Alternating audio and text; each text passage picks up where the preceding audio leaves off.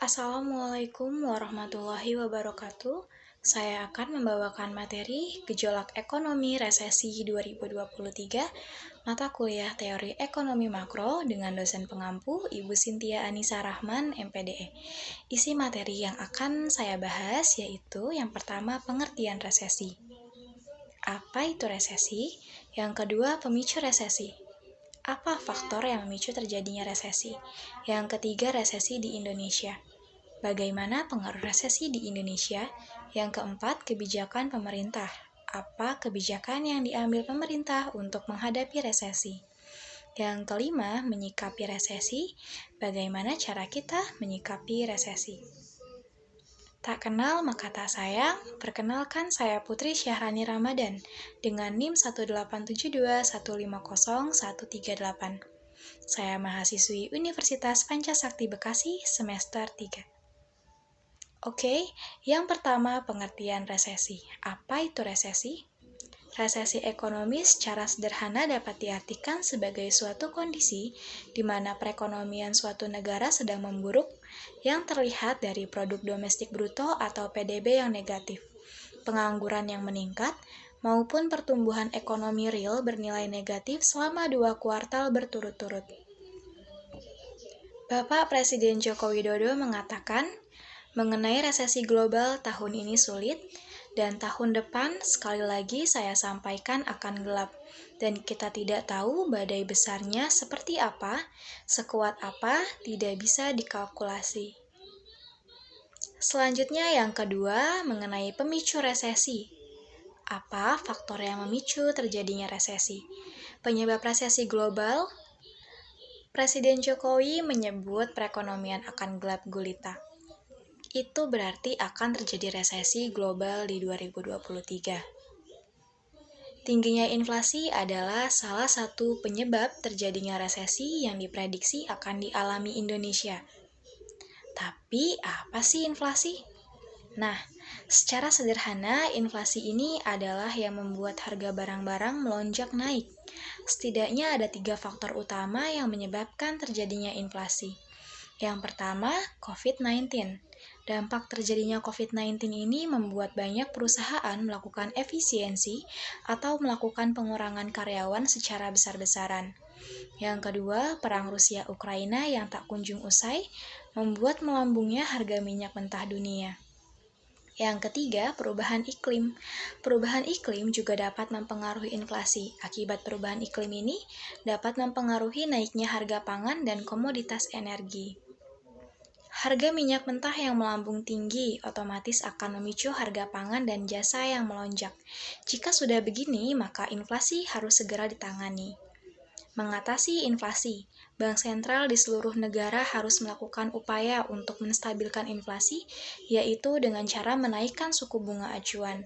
Dengan upaya ini diharapkan bunga deposito dan imbal hasil surat berharga juga akan naik, sehingga masyarakat tertarik untuk menyimpan uangnya di bank dibandingkan untuk dikonsumsi. Jika itu terjadi, maka peredaran uang di masyarakat akan berkurang dan permintaan terhadap barang akan menurun diikuti harga yang ikut turun pula. Pada akhirnya, inflasi diharapkan juga ikut menurun.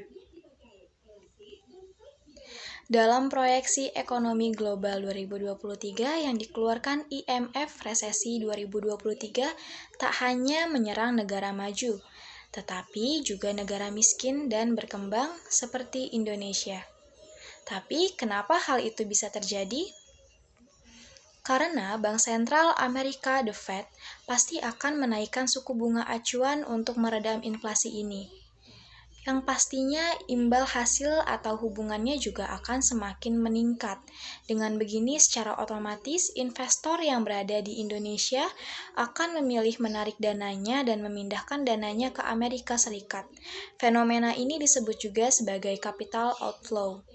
Nah, faktor kedua resesi karena semakin banyak investor yang menaruh dananya di Amerika, hal ini akan membuat dolar Amerika semakin kuat dan nilai rupiah semakin melemah. Bahkan nilai tukar rupiah diprediksi akan menembus 16.000 per dolar Amerika. Ketiga, Inflasi di Indonesia sudah melampaui target Bank Indonesia per November 2022 sebesar 5,42%. Padahal targetnya di tahun ini hanya sebesar 2-4%. Dan terakhir, tentunya ada kaitannya dengan pandemi COVID-19. Pada saat pandemi 2020, masyarakat melakukan penghematan. Akibatnya daya beli menurun dan banyak PHK yang terjadi di berbagai perusahaan. Padahal konsumsi rumah tangga ini menyumbang lebih dari 50% pertumbuhan ekonomi di Indonesia. Yang ketiga, resesi di Indonesia. Prospek perekonomian secara global terus menurun akibat eskalasi resiko global seperti lonjakan inflasi, volatilitas harga komoditas, isu geopolitik, serta potensi resesi. Meski demikian, pertumbuhan ekonomi Indonesia diperkirakan masih cukup kuat, didukung konsumsi rumah tangga dan kinerja ekspor. Selain itu, secara keseluruhan kinerja APBN cukup baik dan masih mencatatkan surplus yang ditopang kinerja fiskal secara holistik, baik dari pendapatan yang tumbuh kuat maupun optimalisasi belanja yang tetap terjaga. Dengan dukungan kinerja APBN yang baik tersebut, defisit dapat ditekan sehingga pembiayaan utang juga dapat dikurangi. Namun demikian, potensi resiko tetap perlu diwaspadai, serta dimitigasi untuk menjaga peran APBN sebagai shock absorber agar tetap sehat dan kokoh dalam menghadapi ancaman dan resiko global yang berkepanjangan. Laporan IMF Pertumbuhan Ekonomi di Indonesia 2023 masih diproyeksi mengalami pertumbuhan positif sebesar 5%. Bahkan secara keseluruhan negara berkembang diproyeksi sebesar 3,6%. Namun, IMF tetap mengingatkan bahwa negara berkembang akan mengalami inflasi yang tinggi, yakni mencapai 9,9% dan menurun 8,1% di tahun depan. Nah, lantas apa kebijakan yang diambil oleh pemerintah? Yang keempat, kebijakan pemerintah. Dalam mengatasi resesi, pemerintah bisa mempertimbangkan kebijakannya dengan mengatasi salah satu faktor pemicu terjadinya resesi, yaitu inflasi. Guna mengendalikan laju inflasi di Indonesia, yang pertama, pemerintah masih bisa memberikan jaring pengaman sosial dan program bantuan langsung tunai atau BLT kepada masyarakat miskin meski ada konsolidasi fiskal pada tahun 2023. Ini pun menjaga daya beli masyarakat di tengah kenaikan inflasi. Yang kedua, selain itu masih ada juga normalisasi kebijakan moneter bank-bank sentral di dunia untuk menurunkan inflasi yang tinggi. Ini akan membawa tantangan terhadap pasar keuangan dalam negeri. Kemudian, Menteri Dalam Negeri Tito Karnavian menyampaikan beberapa arahannya. Yang pertama yaitu melakukan komunikasi publik yang tidak membuat masyarakat panik dan mengupayakan masyarakat tetap tenang. Yang kedua, mengaktifkan tim pengendalian inflasi daerah atau TPID pada tingkat provinsi dan kabupaten atau kota agar bersinergi dan konsisten dalam melaksanakan fungsi dan tugasnya. Yang ketiga, mengaktifkan Satgas Pangan di daerah yang memiliki tugas pelaporan harga dan ketersediaan komoditas untuk dilaporkan kepada kepala daerah. Selanjutnya, secara berjenjang dilaporkan kepada Kemendagri dan mengecek langsung ke lapangan terkait harga dan ketersediaan komoditas termasuk masalah yang terjadi atau supply distribusi. Setelah pemerintah mengambil langkah pengantisipasian, lalu bagaimana ya cara kita menyikapi resesi? Yang kelima, menyikapi resesi. Bagaimana cara kita menyikapi resesi sebagai rakyat biasa?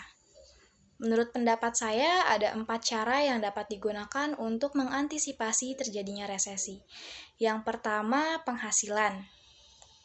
Dalam menghadapi resesi, yang pertama kali harus kita miliki adalah penghasilan. Nah, penghasilan ini bisa didapat dari pekerjaan. Jika kita sudah memiliki pekerjaan tetap, maka kita juga perlu mencari alternatif tambahan penghasilan selain gaji tetap tadi. Pencarian alternatif tambahan penghasilan selain dari gaji tetap ini dimaksudkan agar kita bisa berjaga-jaga apabila terjadi gelombang PHK. kita tidak perlu khawatir karena sudah memiliki pemasukan dari pekerjaan lain. Yang kedua, tabungan. Setelah kita memiliki penghasilan, kita juga perlu berhemat untuk menyisihkan sebagian penghasilan kita untuk ditabung. Tabungan ini penting guna mempersiapkan dana darurat. Yang ketiga, kurangi utang. Mulailah untuk mengurangi dan tidak menambah beban-beban pengeluaran seperti utang. Jika memungkinkan, maka segera dilunasi. Baiknya, hutang tidak dianggap enteng meski dari kartu kredit, mengingat kita tidak akan tahu kondisi keuangan ketika resesi ekonomi menerpa. Suku bunga yang melonjak saat terjadi resesi dapat membuat hutang kita semakin membengkak. Yang keempat, investasi. Mengenai pemilihan investasi yang baik dilakukan pada saat situasi tidak menentu seperti ini, jenis investasi yang aman dilakukan yaitu deposito, emas, dan surat berharga yang diterbitkan oleh negara. Oh iya, satu lagi. Terus ikuti berita mengenai perkembangan ekonomi juga menjadi salah satu cara ampuh untuk mengetahui langkah apa yang perlu kita ambil ke depannya. Jika resesi tidak terjadi, syukur. Terjadi pun kita sudah memiliki senjatanya. Wah, akhirnya selesai sudah pembahasan materi saya. Terima kasih. Akhirul kalam. Wabillahi taufiq wal hidayah. Wassalamualaikum warahmatullahi wabarakatuh.